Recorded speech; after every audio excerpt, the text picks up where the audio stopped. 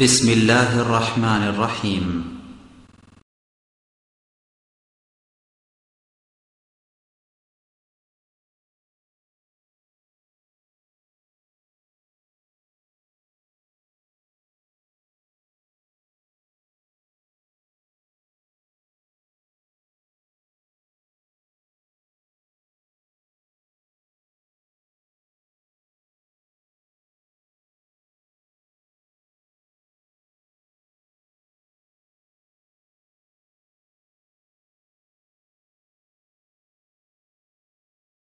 الحمد لله نحمده ونستعينه ونستغفره ونعوذ بالله من شرور أنفسنا ومن سيئات أعمالنا من يهده الله فلا مضل له ومن يضلل فلا هادي له وأشهد أن لا إله إلا الله محمدا عبده ورسوله أرسله بالحق بشيرا ونذيرا وداعيا إلى الله بإذنه وسراجا منيرا أما بعد فإن خير الحديث كتاب الله وخير الهدي هدي محمد صلى الله عليه وسلم وشر الأمور محدثاتها وكل محدثة بدعة وكل بدعة ضلالة وكل ضلالة في النار. أعوذ بالله من الشيطان الرجيم. بسم الله الرحمن الرحيم. قاف القرآن المجيد بل عجبوا أن جاءهم منذر منهم فقال الكافرون هذا شيء عجيب أإذا متنا وكنا ترابا ذلك رجع بعيد قد علمنا ما تنقص الأرض منهم وعندنا كتاب حفيظ بل كذبوا بالحق لما جاءهم فهم في أمر مريج. وقال الله تعالى في موضع آخر لقد كان لكم في رسول الله أسوة حسنة. وقال الله تعالى في موضع آخر يا أيها الذين آمنوا أطيعوا الله وأطيعوا الرسول ولا تبطلوا أعمالكم. وقال الله تعالى في موضع آخر من يطيع الرسول فقد أطاع الله ومن تولى فما أرسلناك عليهم حفيظا. عن أنس رضي الله عنه قال قال رسول الله صلى الله عليه وسلم لا يؤمن أحدكم حتى أكون أحب إليه من والده وولده والناس أجمعين. رواه البخاري ومسلم. وأنس رضي الله عنه قال قال رسول الله صلى الله عليه وسلم تركت فيكم أمرين لم تضلوا ما تمسكتم بهما كتاب الله وسنة نبيه. رواه المؤتى بإسناد صحيح. وعن أبي هريرة رضي الله عنه قال قال رسول الله صلى الله عليه وسلم كل أمتي يدخلون الجنة إلا من أبى. قالوا يا رسول الله ومن أبى؟ قال من أطاعني دخل الجنة ومن عصاني فقد أبى. رواه البخاري ومسلم.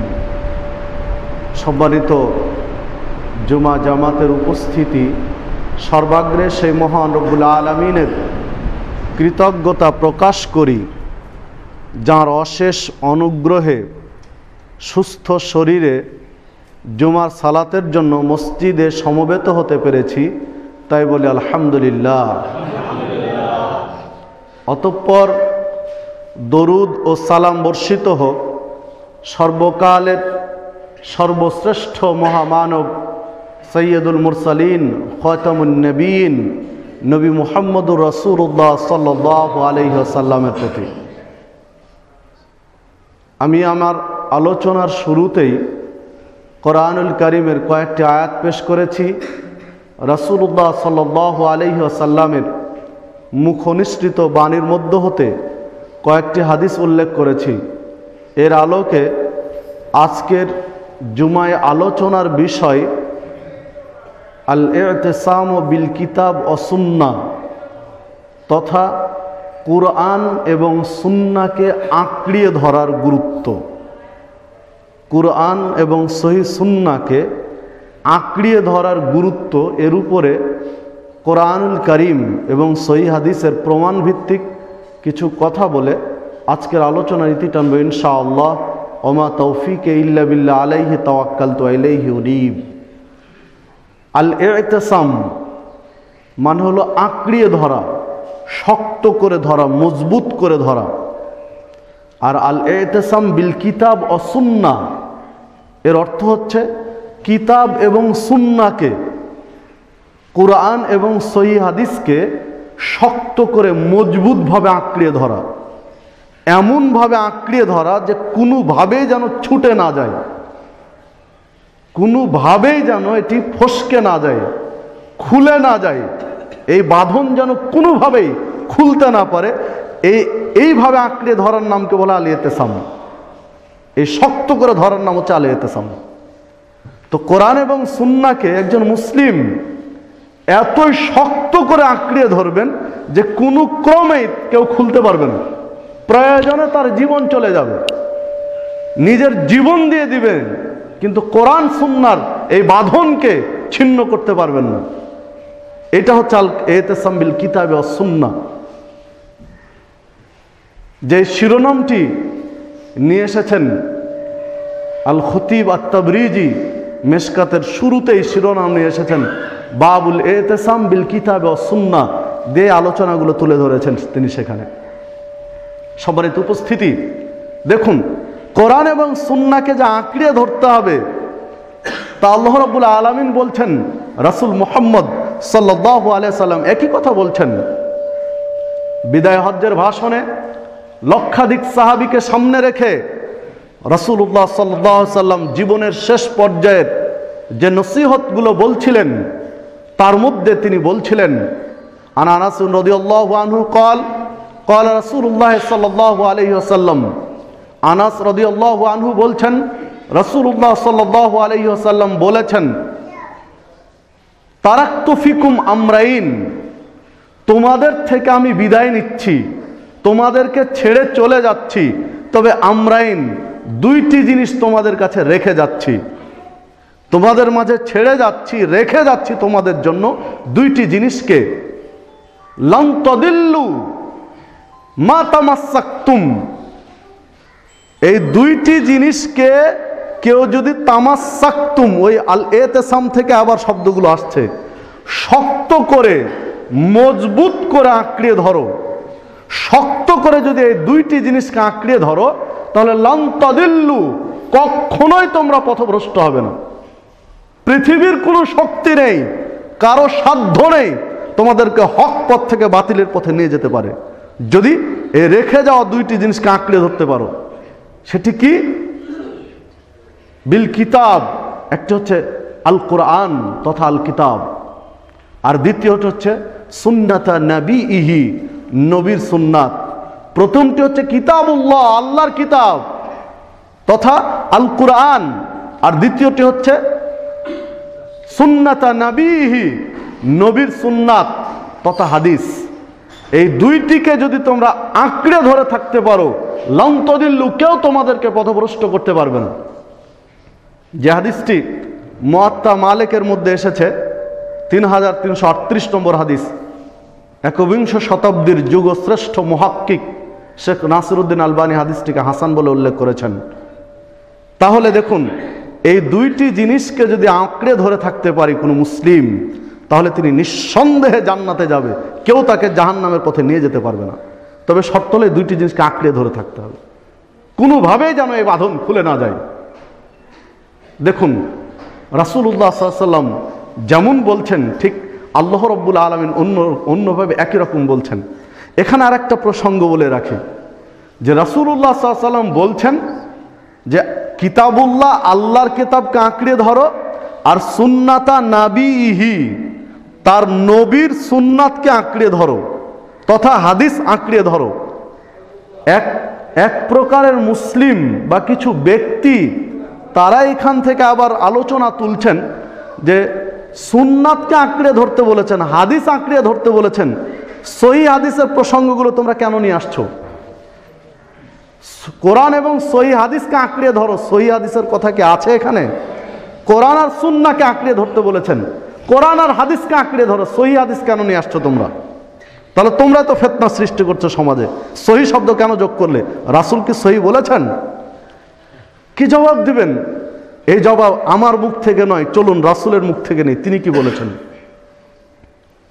আন আবি হুরায়রা রাদিয়াল্লাহু আনহু قال قال رسول الله সাল্লাল্লাহু আলাইহি ওয়াসাল্লাম, আবু হুরায়রা রাদিয়াল্লাহু আনহু বলছেন রাসূলুল্লাহ সাল্লাল্লাহু আলাইহি ওয়াসাল্লাম বলেছেন, লা তাকুমুস সাআ, সেই দিন পর্যন্ত কিয়ামত হবে না, হাত্তা ইউবাসা দাজ্জালুনা কাদ্দাবুনা করিবাম মিন সালাসিন, যতদিন পর্যন্ত 30 জন মিথ্যুক ভণ্ড প্রতারক শ্রেণীর মানুষের আবির্ভাব না হবে। আল্লাহ রাসূল শব্দ বললেন দাজ্জালুনা কাদ্দাবুন। দাজ্জালুনা মানে দাজ্জাল, দাজ্জাল মানে কে? এর চেয়ে ভণ্ড, এর চেয়ে প্রতারক, এর চেয়ে দিন বিদ্বেষী লোক পৃথিবীতে আর কেউ হবে না, সেটা হচ্ছে দাজ্জাল।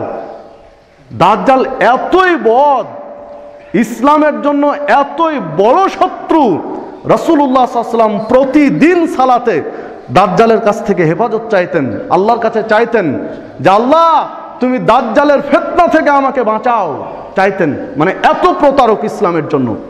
এই শব্দটা উল্লেখ করছেন যে যতদিন পর্যন্ত হাত্তা ইউবাসা দাজ্জালুনা কাদ্দাবুন, প্রথমত দাজ্জাল প্রকৃতির ব্যক্তি, দ্বিতীয়ত হলো মিথ্যুক, মানে পৃথিবীতে এদের চেয়ে বড় মিথ্যুক আর কেউ নেই, এরা হচ্ছে দাজ্জালুনা কাদ্দাবুন।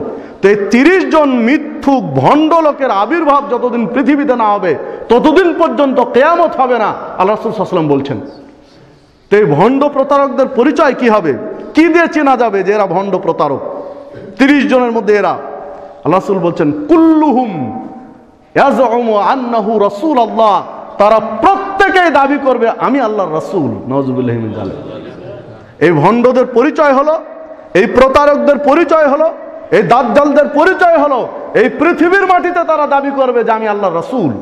শুধু রাসূল নয়, বলছে আন্নাহু, নিশ্চয় আমি আল্লাহর রাসূল, অবশ্যই আমি আল্লাহর রাসূল, শক্ত করে বলবে তারা।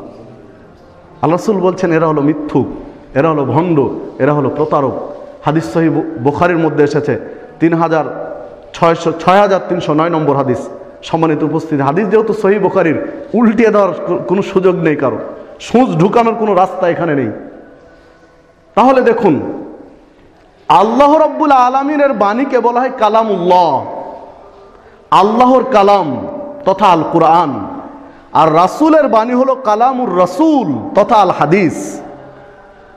আল্লাহর বাণীতে সমস্যা নেই, রাসূলের বাণী হলো হাদিস। রাসূল যেই বাণী দেন জনগণকে, সেই বাণী হলো হাদিস। আল্লাহ রাসূল বলছেন 30 জন মিথ্যুক নবী এই দুনিয়াতে আসবে কিয়ামত হওয়ার আগে। রাসূল হবে 30 জন ভণ্ড মিথ্যুক। তো রাসূল যদি মিথ্যুক হয়, তাহলে এই মিথ্যুক রাসূলদের হাদিসগুলো কি হবে? রাসূলে মিথ্যুক, যে রাসূলের বাণী হাদিস, ওই রাসূলই ভণ্ড, ওই রাসূলে মিথ্যুক, তাহলে এই রাসূলগুলোর হাদিসগুলো কি হবে? নিঃসন্দেহে জাল। রাসূলই জাল, তার হাদিস তো জাল হবেই, তার হাদিস তো জয়ীফ হবেই। তাহলে যেহেতু জাল রাসূল এই পৃথিবীর মাটিতে আসবে, রাসূল বলে গেলেন, যেহেতু জাল রাসূল পৃথিবীর মাটিতে আসবে, বিধায় হাদিস জাল হবে পৃথিবীতে। ভণ্ড রাসূল যেহেতু পৃথিবীতে আসবে, বিধায় হাদিস বাতিল হবে পৃথিবীতে। জাল রাসূল যেহেতু পৃথিবীতে এসেছে, হয়তোবা আরো আসবে কিয়ামতের আগে, বিধায় হাদিস যেহেতু জাল থাকবে, সেই জন্যই প্রয়োজন সহিহ হাদিস। ওই জাল রাসূলের হাদিসগুলো বাদ যাবে। যদি পৃথিবীতে জাল হাদিসের আবির্ভাব না হতো, জাল রাসূলের আবির্ভাব না হতো, উৎপত্তি না থাকতো, তাহলে কোরআন এবং সহিহ হাদিস বলার প্রয়োজন ছিল না। যেহেতু আসবে দুনিয়াতে রাসূল বলছেন, বিধায় আপনাকে আমাকে বলতে হবে কোরআন এবং সহিহ হাদিস, কোরআন এবং সহিহ সুন্নাহর অনুসরণ করতে হবে। কারণ জাল হাদিস প্রচুর, লক্ষ লক্ষ জাল হাদিস পৃথিবীর মাটিতে আছে, যা মুহাক্কিকগণ বলছেন। বহু জাল হাদিস আছে যার কোনো অস্তিত্ব নেই, কোথার থেকে কিভাবে এসেছে কোনো অস্তিত্ব নেই। না হলে দেখুন, জাল আমলের মধ্যে একটি আমল, যখনই আমরা পরস্পরে দোয়া চাই তখন বলি ফি আমানিল্লাহ। চাইলাম যে মুরব্বি দোয়া করেন, আর বলে দিলাম ফি আমানিল্লাহ। খুঁজেন তো কোথায় আছে এই আলোচনা, যে জাল। আপনি খুঁজেন, কোনো হাদিসের পাতায় এই আলোচনা পাবেন না। কেউ দোয়া চাইলে ফি আমানিল্লাহ বলতে হবে, কোনো হাদিস গ্রন্থে আপনি আলোচনা পাবেন না। এমনিতেই ভেসে চলে এসেছে, বন্যার জোয়ারে যেমন অনেক কিছু ভেসে আসে, এগুলো চলে এসেছে। সবাই বলি, অথচ ফি আমানিল্লাহ বলে দোয়া করি। সম্মানিত উপস্থিতি, এই জাল হাদিসগুলো আছে, এই জন্য কোরআন এবং সহিহ হাদিসকে আঁকড়ে ধরতে হবে আমাদেরকে। ইয়া আইয়ুহাল্লাযীনা আমানু, হে ঈমানদারগণ, আতিউল্লাহ, তোমরা আল্লাহর আনুগত্য করো। আল্লাহ বলছেন, হে ঈমানদারগণ, তোমরা আল্লাহর আনুগত্য করো। ওয়া আতিউর রাসূল, এবং রাসূলের আনুগত্য করো। তোমরা আল্লাহর আনুগত্য করো, তোমরা রাসূলের আনুগত্য করো। ওয়ালা তুবতিলু আমালাকুম, তোমাদের আমলগুলো বাতিল করো না। আল্লাহর আনুগত্য করো, রাসূলের আনুগত্য করো, এর ব্যতিক্রম করে তোমাদের আমল বাতিল করো না। মাত্র তিনটি কথা বললেন, আল্লাহর আনুগত্য করো, রাসূলের আনুগত্য করো, তোমাদের আমল বাতিল করো না। সূরা মুহাম্মদ 33 নম্বর আয়াত।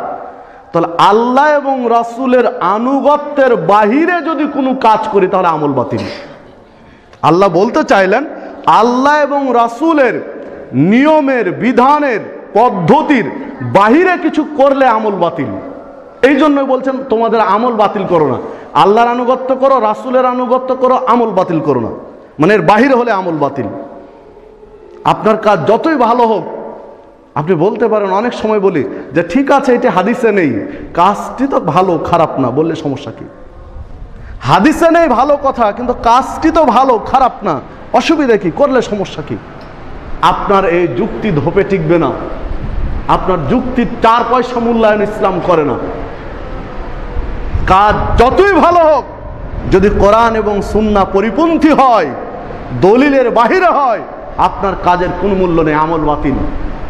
3 জন সাহাবী রাসূলের বাড়িতে এসেছেন ইবাদত সম্পর্কে জানার জন্য। আয়েশা সিদ্দিকা রাদিয়াল্লাহু আনহা বাড়িতে আসেন, রাসূল মুহাম্মদ সাল্লাল্লাহু আলাইহি ওয়াসাল্লাম বাড়িতে নেই। আয়েশা রাদিয়াল্লাহু আনহা বললেন, রাসূলুল্লাহ সাল্লাল্লাহু আলাইহি ওয়াসাল্লাম এইভাবে ইবাদত করেন। 3 জন ইনারা বলছেন, আল্লাহ রাসূল একজন নিষ্পাপ মাসুম ব্যক্তি, যার কোনো পাপ নেই, আগের পরের বর্তমানের সব পাপ আল্লাহ ক্ষমা করে দিয়েছেন, যে আলোচনা সূরা মুহাম্মদের মধ্যে এসেছে। তাহলে নিষ্পাপ হয়ে এত ইবাদত করেছেন, আমরা পাপী বান্দা, অল্প ইবাদতে কিভাবে জান্নাতে যাব? আমাদের তো বেশি বেশি ইবাদত করা দরকার। তখন 3 জনের একজন বলছেন যে আমি আজ থেকে ইচ্ছা পোষণ করলাম, রাত্রিতে কোনোদিন বিছানায় ঘুমাবো না, সারা রাত জেগে জেগে আল্লাহর ইবাদত করে কাটাবো। কি সুন্দর একটা ইচ্ছা করেছেন, কি চমৎকার একটা ইচ্ছা তার। স্রেফ আল্লাহর সন্তুষ্টির জন্য, জান্নাত পাওয়ার জন্য পুরো রাত্রের ঘুমকে নিজের জন্য হারাম করে নিল। সারা জীবনের জন্য আমি রাত্রিতে ঘুমাবো না, ইবাদত করে কাটাবো। দ্বিতীয় জন বলছেন, আমি আজ থেকে ইচ্ছা পোষণ করলাম যে জীবনের যতদিন বেঁচে থাকবো, জীবনের প্রত্যেকটা দিনে সিয়াম পালন করব। বছরের প্রতিটা দিনে আমি সিয়াম থাকবো, সিয়াম ছাড়া কোনোদিন অতিবাহিত করব না। তৃতীয় জন বলছেন, আজকে থেকে আমি ইচ্ছা পোষণ করলাম, জীবনে যতদিন বেঁচে থাকবো আমি বিয়ে শাদী করব না। কারণ বিয়ে করলে ঘরে স্ত্রী আসবে, কদিন পরে বাচ্চা কাচ্চা হবে, সংসার বড় হবে, তাদের লালন পালন করতে হবে, দেখাশোনা করতে হবে, তাদের পরিবারে সংসারে সময় দিতে গিয়ে আমার ইবাদতে ঘাটতি পড়বে। বিদায় আমি বিয়ে না করে সারা জীবন চিরকুমার থেকে গিয়ে আল্লাহর ইবাদতে সারা জীবন আমি ব্যয় করে দেব। কি সুন্দর 3 জনের 3টা ইচ্ছা। চলে যাচ্ছেন তারা। ইতিমধ্যে রাসূল মুহাম্মদ সাল্লাল্লাহু আলাইহি ওয়াসাল্লাম বাড়িতে চলে আসলেন। আয়েশা সিদ্দিকা রাদিয়াল্লাহু আনহা বলছেন, 3 জন সাহাবী এসেছিলেন, তারা আপনার ইবাদত সম্পর্কে জানতে চাইলেন। আমি তাদেরকে বললাম। তারা বলছেন যে আল্লাহ রাসূল নিষ্পাপ হয়ে এত ইবাদত করেন, তাহলে আমরা পাপী মানুষ, এই অল্প ইবাদতে কিভাবে জান্নাতে যাব? তাই তারা এই 3টা ইচ্ছা পোষণ করেছে, দিয়ে চলে গেছে। আল্লাহ রাসূল তাদেরকে ডাকালেন। তারা যখন আসলো তখন বলছেন, তোমরা কি ওই তিনজন যারা এইরূপ ইচ্ছা করেছ? তখন তারা বলছেন, হে আল্লাহ রাসূল, হ্যাঁ আমরা তো এই ইচ্ছাগুলো করেছি, কারণ আপনি নিষ্পাপ হয়ে এত ইবাদত করেন, তো আমরা পাপী বান্দা, অল্প ইবাদতে কিভাবে জান্নাতে যাব, তাই ইচ্ছাগুলো করেছি। তখন আল্লাহ রাসূল বলছেন, মনে রাখিও, এই পৃথিবীতে যে ব্যক্তি সবচেয়ে বেশি আল্লাহকে ভয় করে সেই ব্যক্তি হচ্ছে আমি মুহাম্মদ সাল্লাল্লাহু আলাইহি সাল্লাম। এই পৃথিবীতে সবচেয়ে নির্ভেজাল, সবচেয়ে বিশুদ্ধ দলিলের আলোকে যে ব্যক্তি ইবাদত করে সেই ব্যক্তি হচ্ছে আমি মুহাম্মদ সাল্লাল্লাহু আলাইহি সাল্লাম। দেখো, আমি রাত্রিতে ইবাদত করি, আবার কিছু অংশ ঘুমিয়ে কাটাই। দেখো, আমি সিয়াম পালন করি, আবার কোনোদিন সিয়াম ছাড়াও দিন কাটাই। দেখো, আমি বিয়ে করেছি, আমার স্ত্রী আছে, আমার সন্তান আছে, আমি আল্লাহর ইবাদত করি। তিনজনের জবাব দিলেন। জবাব দেওয়ার পরে এবার বলছেন, মানে যদি জবাব পছন্দ না হয়, জবাব পছন্দ তো নাও হতে পারে। বহু মুসলিম এই পৃথিবীর মাটিতে আছে, ইভেন বাংলাদেশ আছে, বহু মুসলিম আছে। আপনি তাকে কোরআন ফেড়ে দলিল দেখান, সহিহ বুখারী ফেড়ে দলিল দেখান, আপনি তার হৃদয় ভরাতে পারবেন না, তার আত্মা ভরবে না।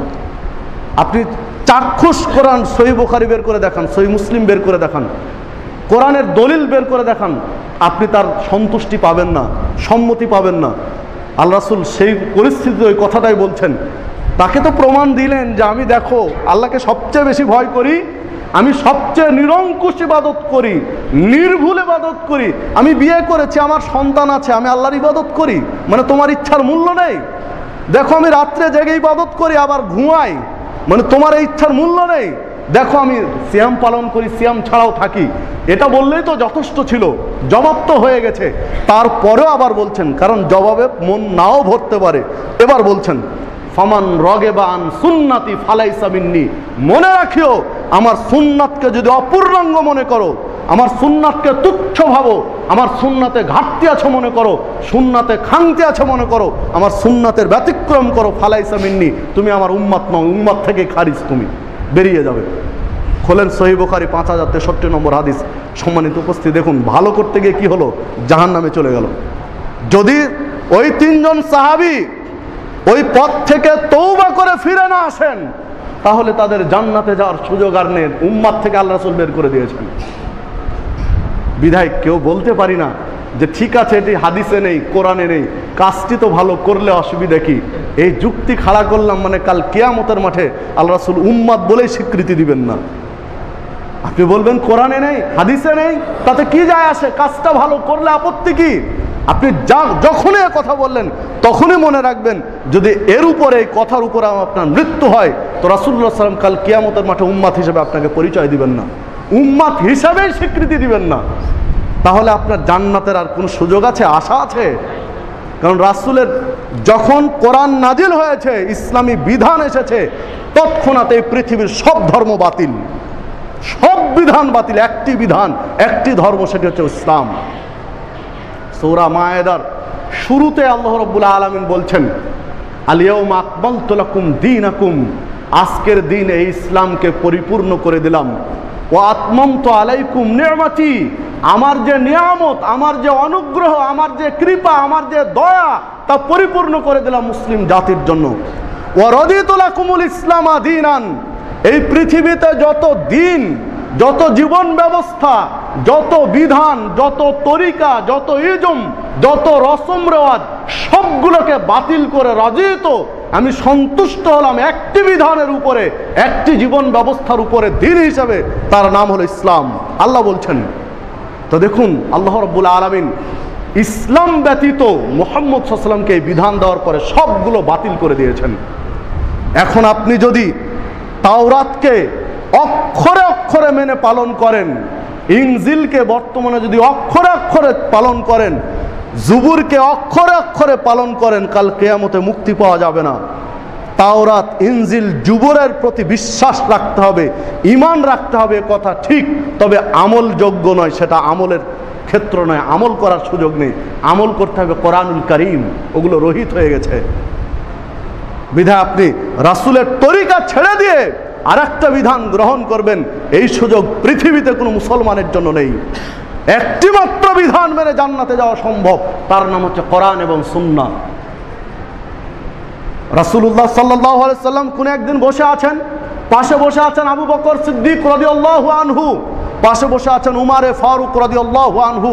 উমারে ফারুক রাদিয়াল্লাহু আনহু তাওরাতের একটি কপি নিয়ে খুব আন্তরিকতার সাথে পড়ছেন। আল্লাহ রাসূল এই দৃশ্যটা পছন্দ করছেন না, আবু বকর সিদ্দিক এটা খেয়াল করেছেন। আবু বকর সিদ্দিক উমারকে বলছেন, ওই হাক এ উমার, উমার তোমার ধ্বংস হোক, উমার তোমার ধ্বংস হোক।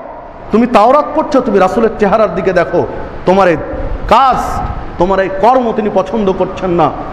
উমার রাসূলের চেহারা দেখেই বুঝতে পেরেছেন যে আল্লাহ রাসূল মনক্ষুণ্ণ হচ্ছেন, যে তার সামনে কোরআন না তেলাওয়াত করে তাওরাত কেন আমি এত আন্তরিকতার সাথে পড়ি। উমার এই দৃশ্য দেখে বলছেন, রাদিনা বিল্লাহি রাব্বান ওয়া বিল ইসলামি দীনান ওয়া বি মুহাম্মাদিন নাবিয়্যা সাল্লাল্লাহু আলাইহি সাল্লাম। উমার বলছেন, আল্লাহকে রব হিসাবে পেয়ে সন্তুষ্ট হয়েছি, ইসলামকে দিন হিসাবে পেয়ে সন্তুষ্ট হয়েছি, আর মুহাম্মদ সাল্লাল্লাহু আলাইহি সাল্লামকে নবী হিসাবে পেয়ে সন্তুষ্ট হয়েছি। এ কথা আমি বলতেই থাকলাম। কতবার বলেছেন তা হাদিসে উল্লেখ নেই। উনি বলছেন আমি বলতেই থাকলাম, যতক্ষণ রাসূলের চেহারা থেকে রাগ নির্মূল না হলো ততক্ষণ পর্যন্ত আমি এটা বলতে থাকলাম।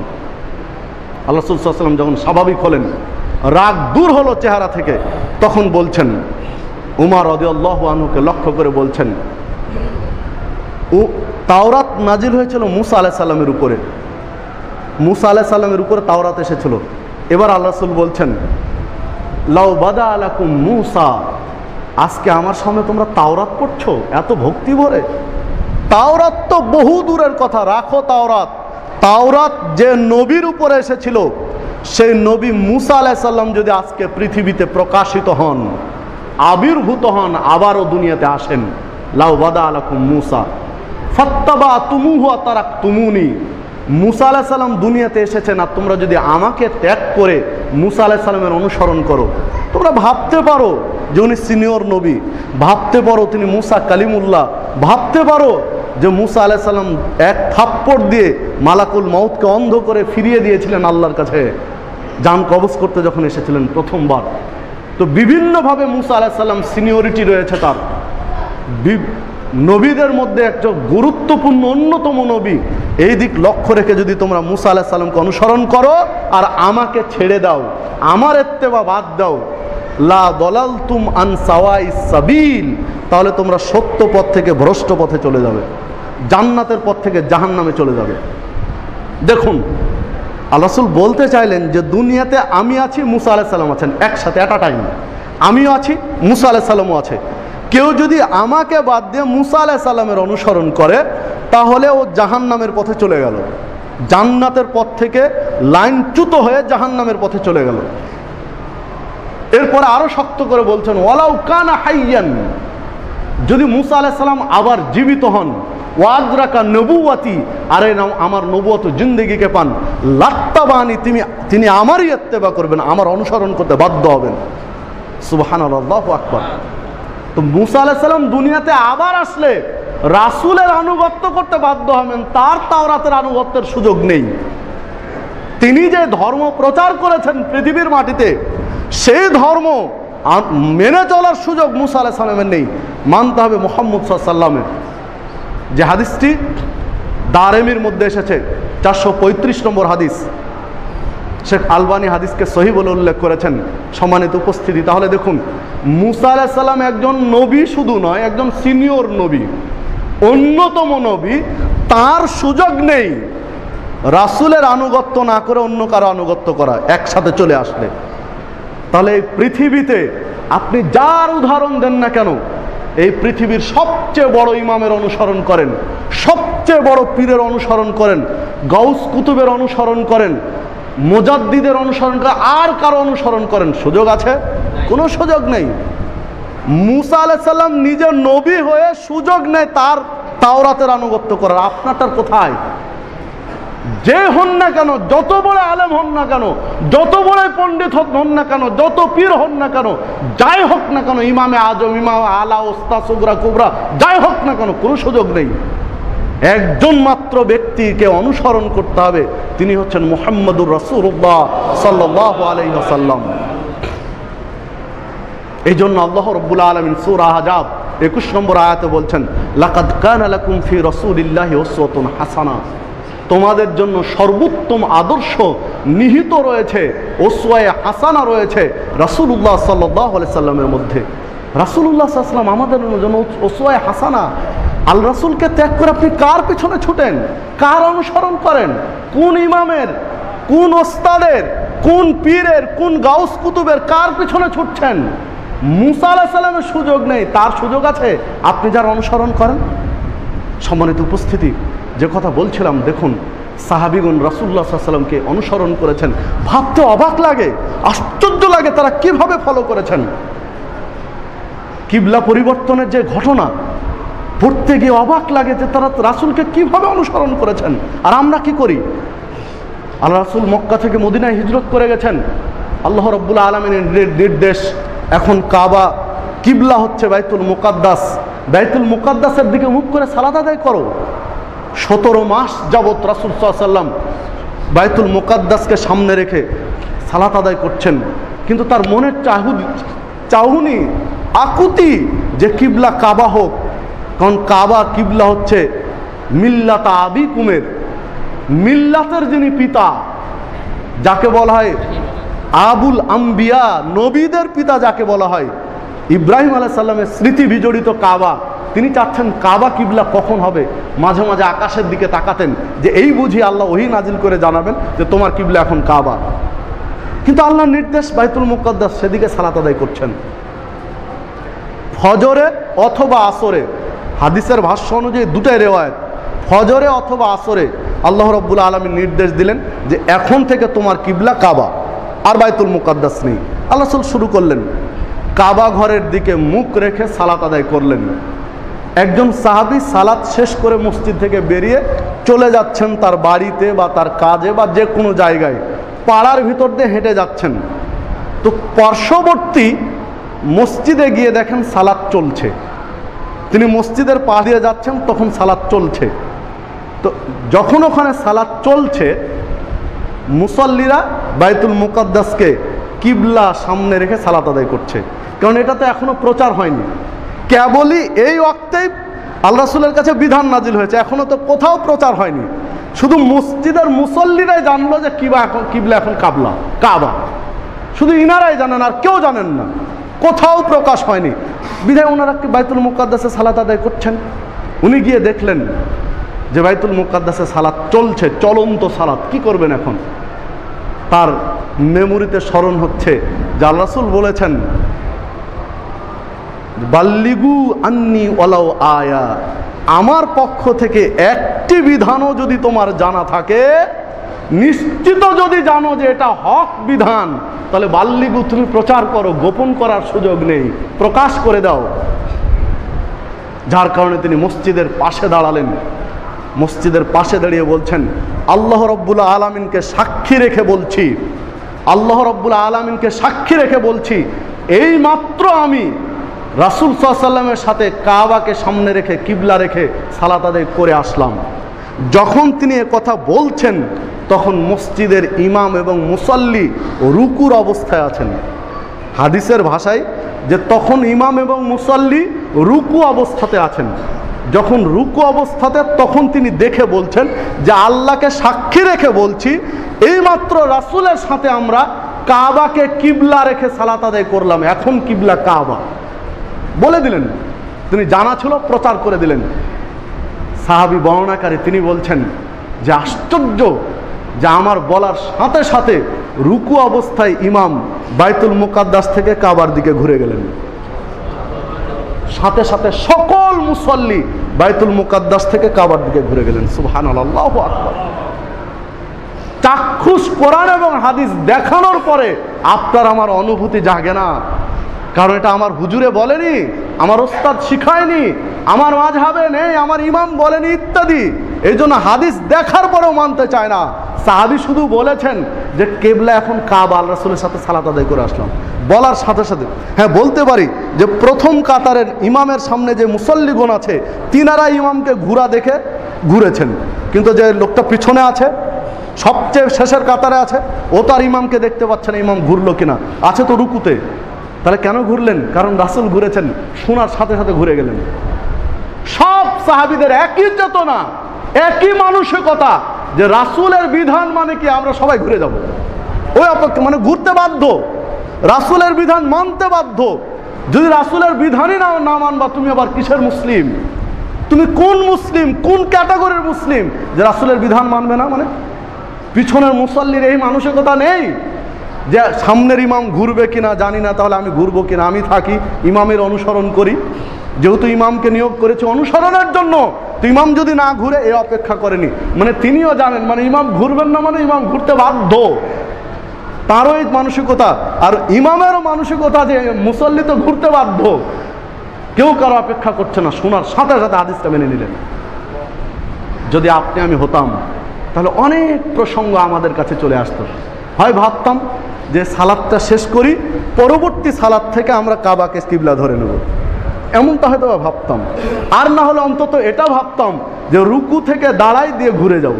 এখন তো রুকুতে আছি, এই রুকু থেকে দাঁড়িয়ে তারপরে কাবার দিকে ঘুরবো, অন্তত এতটুকু অপেক্ষা করতাম। আর সাহাবীরা এই অপেক্ষা করেননি, শুনলেন, মেনে নিলেন। সামিনা ও আতন, শুনলাম, আনুগত্য করলাম, এই মানসিকতায় তারা গড়ে উঠেছেন। শোনার সাথে সাথে ঘুরে গেলেন। সহিহ বুখারীর 399 নম্বর হাদিস। সম্মানিত উপস্থিতি, আনুগত্য একজন মুসলিম করবেন এইভাবে, কোরআন এবং সুন্নাহকে এইভাবে একজন মুসলিম আঁকড়িয়ে ধরবেন। সারা জিন্দেগি একটা ভুল আমল করে এসেছি, এখন জানলাম রেফারেন্স, প্রমাণ, দলিল ভিত্তিক জানলাম যে এটা ভুল, কোনো বাক্য ব্যয় করার সুযোগ আর নেই। কি করেছিলাম এতদিন, কি করলাম? আগের আলেমরা জানতেন না, পূর্বপুরুষ তাহলে ভুল করেছে, তাহলে যারা আগে করেছে সবাই জাহান্নামী, এগুলো বলার সুযোগ নেই। শুনলাম, মেনে নিলাম, প্রমাণ আছে, দলিল আছে, জানলাম, তৎক্ষণাৎ মেনে নিলাম। এই মানসিকতায় যেই দিন আমরা নিজেকে গড়তে না পারবো, সেই দিন পর্যন্ত জান্নাতের আশা করা খুব কঠিন, জান্নাতের আশা করা মুশকিল। সাহাবীরা এইভাবে গড়ে উঠেছিলেন। দেখুন সাহাবীরা কিভাবে নিজেকে তৈরি করেছিলেন আনুগত্যের ক্ষেত্রে, কোরআন এবং সুন্নাহকে আঁকড়ে ধরার ক্ষেত্রে। এক যুদ্ধ থেকে ফিরে আসছেন, প্রতিমধ্যে এক জায়গায় শিবির স্থাপন করা হলো, তারা বিশ্রামের জন্য তাঁবু খাটালেন। সাহাবীরা রান্না বান্নার কাজ শুরু করেছেন, তাদের গৃহপালিত গাধা জবে করে গোস্ত রান্না বান্না চলছে।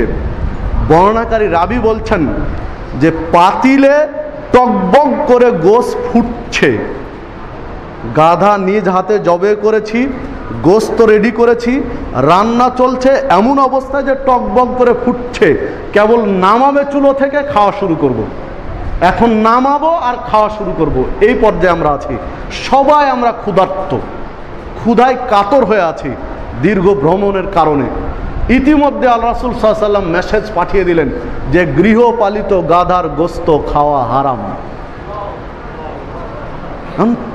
এখন কি করবেন?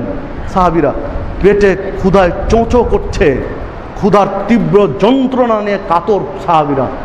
রান্না হয়েছে, টকবক করে ফুটছে, আল্লাহ রাসূল কেবল বলে দিলেন এখন কেবল খাওয়া শুরু করবেন, আর বলে দিলেন এখন যে গৃহপালিত গাধার গোস্ত খাওয়া হারাম। সাহাবী বলছেন, রাবি বলছেন যে শোনার সাথে সাথে আমরা পাতিলটা উল্টিয়ে ফেলে দিলাম। সুবহানাল্লাহ, আমরা শুনলাম, সাথে সাথে পাতিলটা উল্টিয়ে দিলাম। এতক্ষণ অপেক্ষা করিনি যে ক্ষুধা কি করে নিবারণ করবে, অপেক্ষা আমরা করিনি, আমরা শোনার সাথে সাথে এগুলো ফেলে দিয়েছি। ক্ষুধায় আছি, সহ্য করেছি, কারণ আল্লাহ রাব্বুল আলামিন তো সবুরকারীর সাথে থাকেন। এই মানসিকতায় কি আমরা গড়তে পেরেছি জীবনকে? রাসূলের সুন্নাতকে কি এত প্রাধান্য দিতে পেরেছি? দেখুন, কে না জানি যে সুদ খাওয়া হারাম। কোনো একজন মুসলমান, যতদূর এই মাইকের আওয়াজ যাচ্ছে, একজন বলতে পারবেন যে সুদ খাওয়া শরীয়তে হারাম আমি জানি না? একজন বলতে পারবেন? তারপরও দেখুন ম্যাক্সিমাম মুসলমান সুদের মধ্যে জড়িত রয়েছে। আপনি আবার একজন পাক্কা মুসলিম, যখন মিলাদের মাহফিল হচ্ছে আপনি ইয়া রাসূলুল্লাহ সালামু আলাইকুম ইয়া হাবিবাল্লাহ বলে মুখের ফেনা উঠিয়ে দিচ্ছেন। আপনার সালামু আলাইকুম ইয়া রাসূলুল্লাহ হাবিবাল্লাহর কোনো মূল্য আছে? এই প্রতারণায় ধাপ্পাবাজি ছেড়ে দিন। সাহাবীরা রাসূলকে ভালোবাসতেন, মহব্বত করতেন। বাস্তবতা দেখুন, ক্ষুধার তীব্রতা রয়েছে, ফুটন্ত খাবার সব কিছু রেডি, ফেলে দিয়েছেন। হারাম শুনলেন, ফেলে দিয়েছেন। আর আপনি কোরআনে আল্লাহ রাব্বুল আলামিন বলছেন আহাল্লুল্লাহুল বায়আ ওয়া হাররামার রিবা, আল্লাহ ব্যবসাকে হালাল করেছেন, সুদকে হারাম করেছেন। আপনি দেখছেন সুদ হারাম, জানছেন সুদ হারাম, জানেন শুনেছেন সুদ হারাম, দিব্যি সুদ খাচ্ছেন, আর হজ করছেন, যাকাত দিচ্ছেন, তাসবিহ পাঠ করছেন, আর মিলাদে ইয়া নবী সালামু আলাইকা রাসূলকে খুব মহব্বত করছেন, কিয়ামে দাঁড়িয়ে গিয়ে সম্মান জানাচ্ছেন। এগুলো কি প্রতারণা নয়? এগুলো কি শরীয়তের নামে ধাপ্পাবাজি নয়? কোন আনুগত্য এগুলো? এসব লৌকিকতা প্রদর্শনমূলক লোক দেখানো আনুগত্যের মূল্য শরীয়তের এই আনুগত্য হচ্ছে এই প্রকারের, যে জীবনের চূড়ান্ত মুহূর্তে, শেষ মুহূর্তেও যদি বুঝতে পারি যে এটা ঠিক নয়, ছেড়ে দিতে হবে, এর নাম হলো আনুগত্য। এর নাম হচ্ছে কিতাব ও সুন্নাহকে আঁকড়ে ধরা। আর এইভাবেই ধরেছিলেন সাহাবায়ে কেরাম, এইভাবেই তারা পালন করেছেন। যে হাদিসটি সহিহ বুখারীর মধ্যে এসেছে, 4199 নম্বর হাদিস। দেখুন, রাসূলের সাহাবী আবু বকর সিদ্দিকের বাড়িতে একটি চাকর ছিল। সেই চাকর ইনকাম করে নিয়ে আসতেন, আর সাহাবী সেই আবু বকর সিদ্দিককে দিতেন, তিনি খাবার খেতেন, সেগুলো টাকা দিয়ে কেনা। একদিন কিছু টাকা দিলেন আবু বকর সিদ্দিককে। আবু বকর সিদ্দিক খাবার কিনে খেলেন। খাওয়া শেষ হয়েছে, তখন গোলাম, ওই কৃতদাস বলছেন, আমি তো ভুলে গেছিলাম, আপনি কি জানেন এই খাবারটি কোন উৎস থেকে হয়েছে? এই টাকাটা আমি কিভাবে নিয়ে এসেছি? আমি তো বলতে খেয়াল ছিল না আপনাকে, আপনি তো খেয়ে নিলেন, তো কি কোন উৎস থেকে নিয়ে এসেছো? উনি বলছেন, কৃতদাস বলছেন, আমি জাহিলি যুগে গণকির কাজ করতাম, হাতের রেখা গুনে বা শিরা উপশিরা গুনে হাত চালিয়ে মানুষের ভাগ্য বলতাম যে তোমার এই হবে, এই হবে, এই হবে ইত্যাদি, আর বিনিময়ে আমাকে টাকা দিত। জাহিলি যুগে কাজ করেছিলাম। পরে আমি যখন জানলাম, মুসলিম হয়ে গেলাম। ওই লোকটা বাঁকিতে আমার কাছে এই চিকিৎসাটা নিয়েছিল, বাঁকিতে এই চিকিৎসা করেছিল বা এর হাতের রেখা গুনেছিল। আর কোনোদিন দেখা হয়নি, হঠাৎ আজকে দেখা হয়েছে। তো দেখা হলে আমাকে বললো, ভাই আপনি তো আমার কাছে এই টাকাটা পেতেন, তো আমাকে এই টাকাগুলো দিল, আর ওই টাকা আমি আপনাকে দিয়েছি। গণকি করা শরীয়তের শিরক, গণকি করা শরীয়তের শিরক, যেটা মুসনাদ আহমদের মধ্যে হাদিসটি এসেছে। তো এটা শিরকি কাজ, আর এই শিরকের উৎস থেকে টাকাটা এসেছে। আপনি এই টাকা দিয়ে খেয়ে নিলেন। শোনার সাথে সাথে আবু বকর সিদ্দিক রাদিয়াল্লাহু আনহু হা করে মুখের মধ্যে আঙ্গুল ঢুকালেন, এই পরিমাণ যেন বমি হয়ে যায়, দিয়ে যে খাবারগুলো খেয়েছিলেন সব বমন করে ফেলে দিলেন। সুবহানাল্লাহ, আল্লাহু আকবার। দেখুন, তারা আনুগত্য করেছেন। তারা তো আপনার আমার জন্য মডেল, আদর্শ। তারা দেখিয়েছেন পৃথিবীর মানুষকে আনুগত্য এইভাবে করতে হয়। হারাম জানলেন, নিষেধ জানলেন, খাওয়া হয়ে গেছে, খাওয়া তো হয়ে গেছে, আর কোনোদিন খাবো না বললেই পারতেন। যে আল্লাহ খেয়ে ফেলেছে, আর কোনোদিন খাবো না বললেই পারতেন। কিন্তু সতর্কতা, আল্লাহকে তার তাকওয়াটা দেখাতে চাইলেন যে আল্লাহ দেখো, তোমার বিধান আমি মানি, তুমি দেখো, আমি বমি করে ফেলে দিলাম, তুমি দেখো। আল্লাহকে দেখালেন। আল্লাহ রাসূল বলছেন, ইন্নামাল আমালু বিন্নিয়া, মানুষের প্রত্যেকটা কাজ নিয়তের উপর নির্ভরশীল। সহিহ বুখারীর 1 নম্বর হাদিস, মিশকাতেরও 1 নম্বর হাদিস। প্রতিটি কাজ নিয়তের উপর নির্ভরশীল। আল্লাহকে নিয়তটা দেখালেন যে দেখো আল্লাহ, আমি তোমাকে যে ভয় করি তার বাস্তবতা দেখো। তো এইভাবে ইসলামকে, শরীয়তকে আপনাকে আমাকে ফলো করতে হবে, এইভাবে ফলো করতে হবে যেখানে লৌকিকতার কোনো সুযোগ নেই। যদি করতে না পারি তাহলে জীবনে ব্যর্থ। ইবাদত, আমল, কাজ, কর্ম কোনো কিছুই কোনো কাজে আসবে না। দেখুন,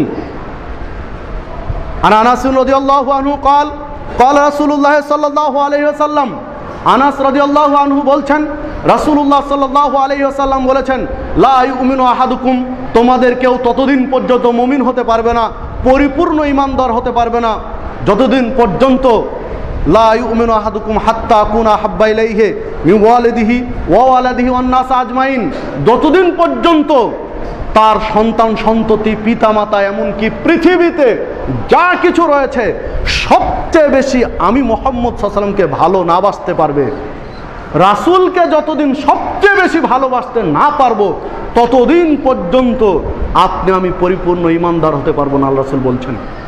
সহিহ বুখারীর 20 নম্বর হাদিস, সহিহ মুসলিমের 178 নম্বর হাদিস, মিশকাতের 7 নম্বর হাদিস।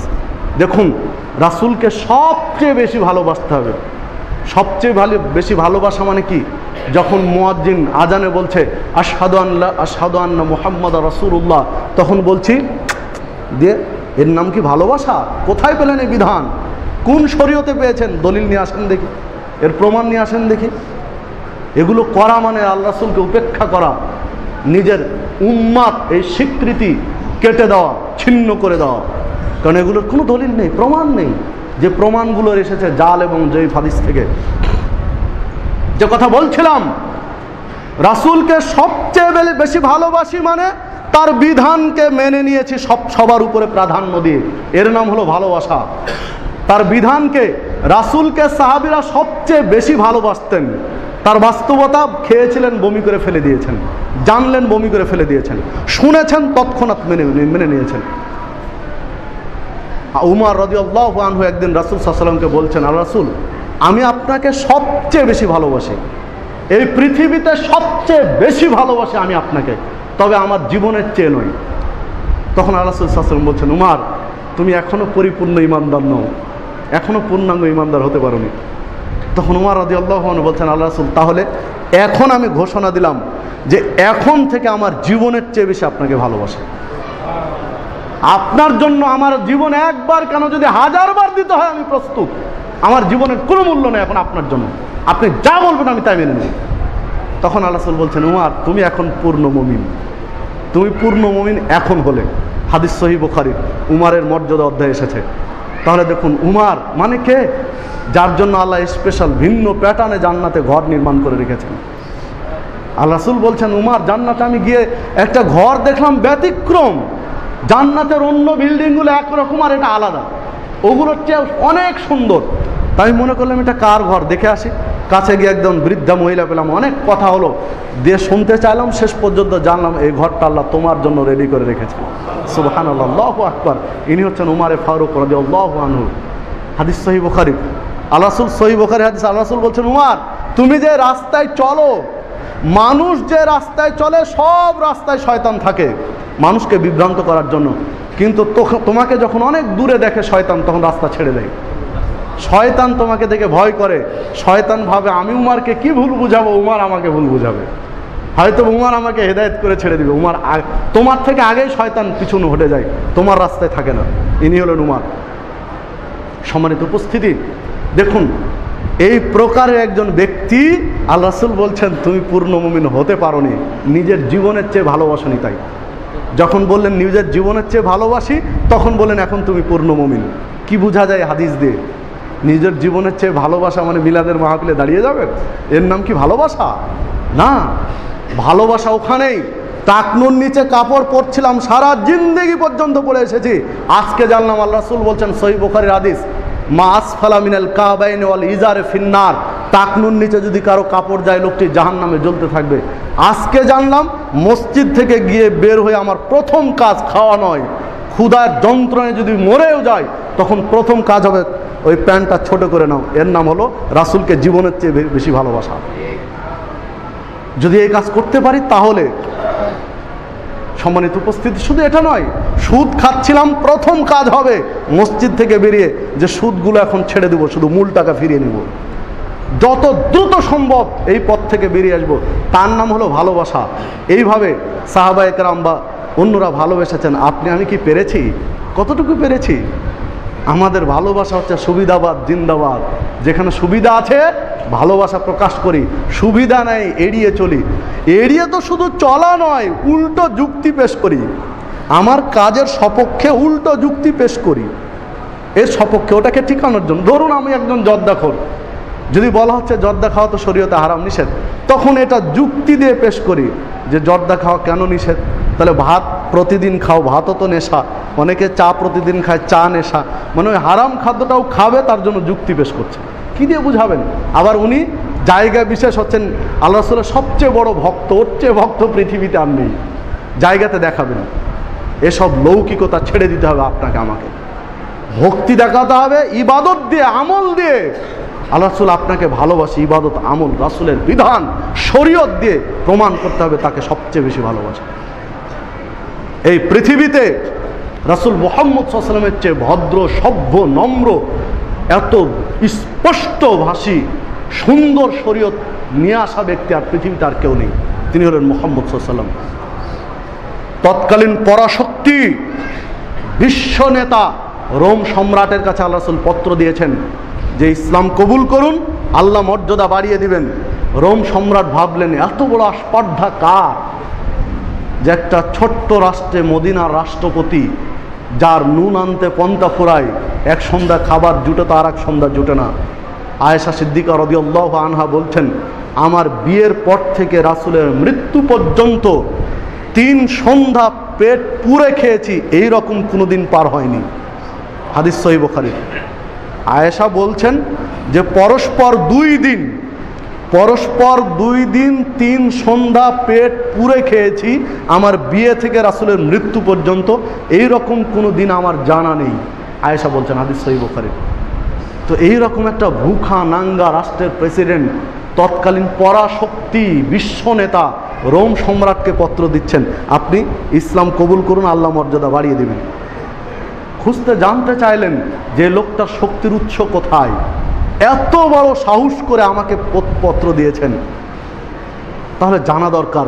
দেখো তো আরবের কোনো কাফেলা এই এলাকাতে এসেছে কিনা বাণিজ্যের। খুঁজতে খুঁজতে পাওয়া গেল একটা কাফেলা আবু সুফিয়ানের নেতৃত্বে। আবু সুফিয়ান তখন ইসলাম কবুল করেননি, অমুসলিম। আবু সুফিয়ানের কাছে আল্লাহ রাসূল সম্পর্কে, ইসলাম সম্পর্কে, সাহাবীদের সম্পর্কে, তাদের আদর্শ কার্যক্রম সম্পর্কে বিস্তারিত আলোচনা শুনলেন। একজন অমুসলিম বর্ণনা দিলেন ইসলাম সম্পর্কে।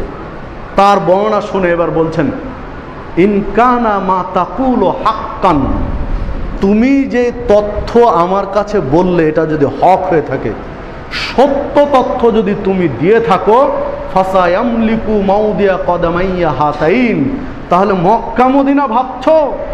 মানে তার কথার মধ্যে এরকম একটা ভয় ছিল যে তিনি মক্কা থেকে মদিনায় গিয়ে মদিনায় রাষ্ট্র বানিয়ে ফেলেছেন, আমরা এখন ভয় করছি হয়তোবা মক্কা তিনি দখল করে নেবেন, খুব শীঘ্রই তিনি হয়তোবা মক্কা বিজয় করে নেবেন, আমরা এই আশঙ্কা করছি।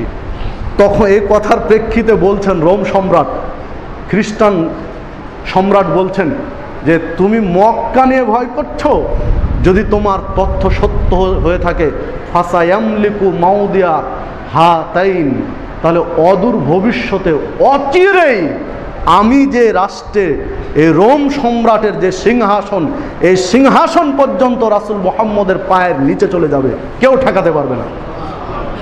তুমি যে আদর্শের কথা বললে, রাসূলের যে তুমি স্বীকৃতি দিলে, তথ্য যদি ঠিক থাকে, তাহলে তোমার শুধু মক্কা নয়, এই রোম পর্যন্ত মুসলমানদের করায়ত্তে হয়ে যাবে, রাসূলের পায়ের নিচে যাবে, কেউ ঠেকাতে পারবে না। এরপরে বলছেন আবু সুফিয়ান, হতভাগ্য তোমরা দুর্ভাগা, ওয়ালাউ কুনতু ইনদাহু, যদি আমি তার কাছে থাকতাম, এই সুযোগ যদি আমি পেতাম তার কাছে থাকার, ওয়ালাউ কুনতু ইনদাহু লা গসলতু আন কাদামিহি, আমার 2 হাত দিয়ে রাসূলের পা ধুয়ে প্রমাণ করতাম যে আপনি পৃথিবীতে সবচেয়ে বড় মানুষ। একজন খ্রিস্টান পণ্ডিত বলছেন, একজন খ্রিস্টান শুধু পণ্ডিত নয়, একজন খ্রিস্টান তৎকালীন পরাশক্তি সম্রাট কথা বলছেন যে যদি রাসূলের পাশে থাকতাম, আমি নিজ 2 হাতে তার পা ধুয়ে তাকে জানাতাম যে আপনি পৃথিবীতে সবচেয়ে বড় নেতা। হাদিস সহিহ বুখারীর 7 নম্বর হাদিস। সম্মানিত উপস্থিতি, তাহলে দেখুন এই ধর্মের নাম হল ইসলাম, এই ধর্মের নাম হচ্ছে ইসলাম। ইসলাম যে ধর্ম, আল্লাহ রাসূল সাল্লাল্লাহু আলাইহি ওয়াসাল্লাম বলছেন, মান কতালা নাফসান মুআহাদান, যদি সন্ধি চুক্তিতে কর বা ট্যাক্স দিয়ে মুসলিম রাষ্ট্রে অমুসলিম বসবাস করছে, ইহুদি হোক, চাই খ্রিস্টান হোক, চাই হিন্দু হোক, চাই বৌদ্ধ হোক, চাই আর যাই হোক না কেন, যদি মুসলিম রাষ্ট্রে চুক্তিবদ্ধ হয়ে কর বা ট্যাক্সের বিনিময়ে বসবাস করে, আর এই লোকটাকে যদি কোনো মুসলিম হত্যা করে, ওই অমুসলিমকে, লাম ইয়ারে রায়হাতাল জান্নাহ, তাহলে ওই লোকটা জান্নাতের সুগন্ধি কোনোদিন পাবে না। অথচ জান্নাতের সুগন্ধি, জান্নাতে যেতে এখনো 70 বছর বা 100 বছর লাগবে, এত দূর থেকে জান্নাতের সুগন্ধি পাওয়া যাবে। হাদিস সহিহ মুসলিমের। সম্মানিত উপস্থিতি, তাহলে দেখুন যেই ধর্মের এত কনসেপ্ট, এই ধর্মকে আজকে এই অমুসলিমরা আর কিছু নামধারী কপট মুসলিম, হতভাগ্য মুসলিম, তারা এই ইসলামকে বলছে জঙ্গিবাদ, ইসলামকে বলে চরমপন্থী, এই ইসলামকে নেগলেক্ট করে চলে। তাদের ন্যূনতম জ্ঞান আছে কিনা ইসলাম সম্পর্কে সন্দেহ হয়। যে ইসলাম, যে বিধান, যে কোরআনে আল্লাহ বলছেন মান কতালা নাফসান বিগাইরি নাফসিন আও ফাসাদিন ফিল আরদ, যদি অন্যায়ভাবে ফিতনা বা ফাসাদ সৃষ্টি করার জন্য একজন মানুষকে কেউ হত্যা করে, ফাকান্নামা কতালান নাসা জামিয়া, ও যেন সারা পৃথিবীর মানুষকে হত্যা করার ন্যায় অপরাধ করলো।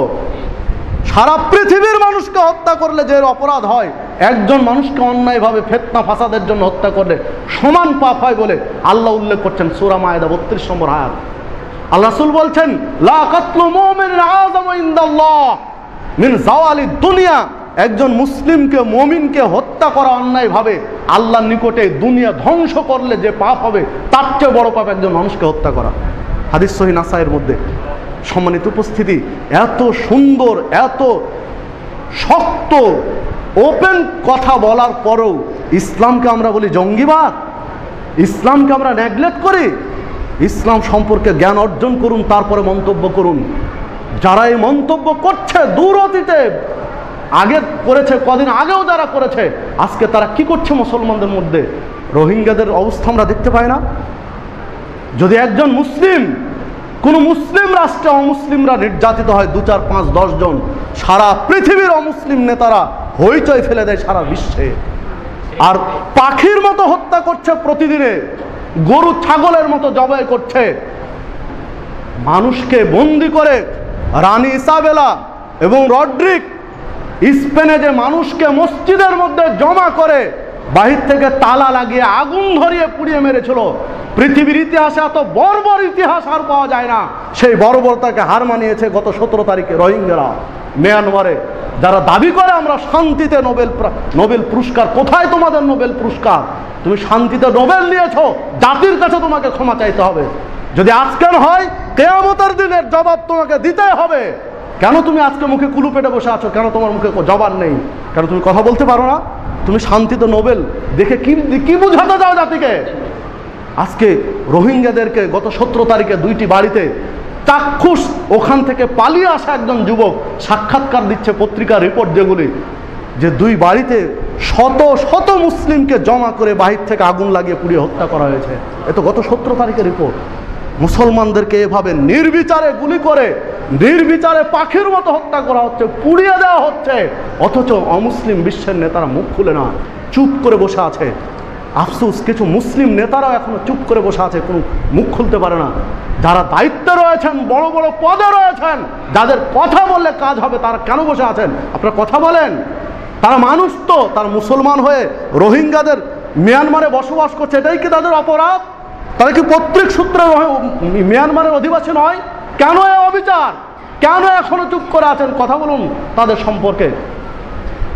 গতদিনে জাতিসংঘ পর্যন্ত বলছে এটা মানবতা অপরাধের শামিল। শুধু এটা বলেই কি শেষ? আর কোনো পদক্ষেপ নেওয়ার তাদের সুযোগ নেই? একটা মুসলিম রাষ্ট্রে কিছু হলে আপনি হস্তক্ষেপ করছেন, ছুটে যাচ্ছেন, কেন এখন পদক্ষেপ নিতে পারছেন না? আমরা তাদের জন্য প্রাণ খুলে দোয়া করি, তারা মাজলুম। আল্লাহ, তুমি মাজলুমদেরকে হেফাজত করো, তোমার নিরাপত্তা দিয়ে তাদেরকে হেফাজত করো। তুমি পারো, তুমি তাদেরকে হেফাজত করো। আর যারা জুলুম করছে, অন্যায় করছে, হয় তাদেরকে তুমি হেদায়েত করো, না হয় তুমি তোমার শাস্তি দিয়ে এদেরকে শেষ করে দাও। সম্মানিত উপস্থিতি, যে কথা বলছিলাম, রাসূল সাল্লাল্লাহু আলাইহি ওয়াসাল্লামের বিধানকে শক্তভাবে আঁকড়িয়ে ধরতে হবে আপনাকে আমাকে। জীবনের প্রত্যেকটা ক্ষেত্রে, প্রত্যেকটা পর্যায়ে, প্রত্যেকটা বিষয়ে রাসূলের বিধানকে সর্বাধিক অগ্রাধিকার দিতে হবে। যেমনভাবে রাসূল বলেছেন, তেমনভাবে আল্লাহ বলেছেন। আল্লাহ রাব্বুল আলামিন বলছেন, কুল ইন কুনতুম তুহিব্বুনাল্লাহ, বলে দাও যদি তোমরা আল্লাহর ভালোবাসা পেতে চাও, ফাত্তাবিউনি, তাহলে আমি মুহাম্মাদের ইত্তেবা করো, ইউহিব্বুকুমুল্লাহ, আল্লাহ ভালোবাসবেন তোমাদেরকে।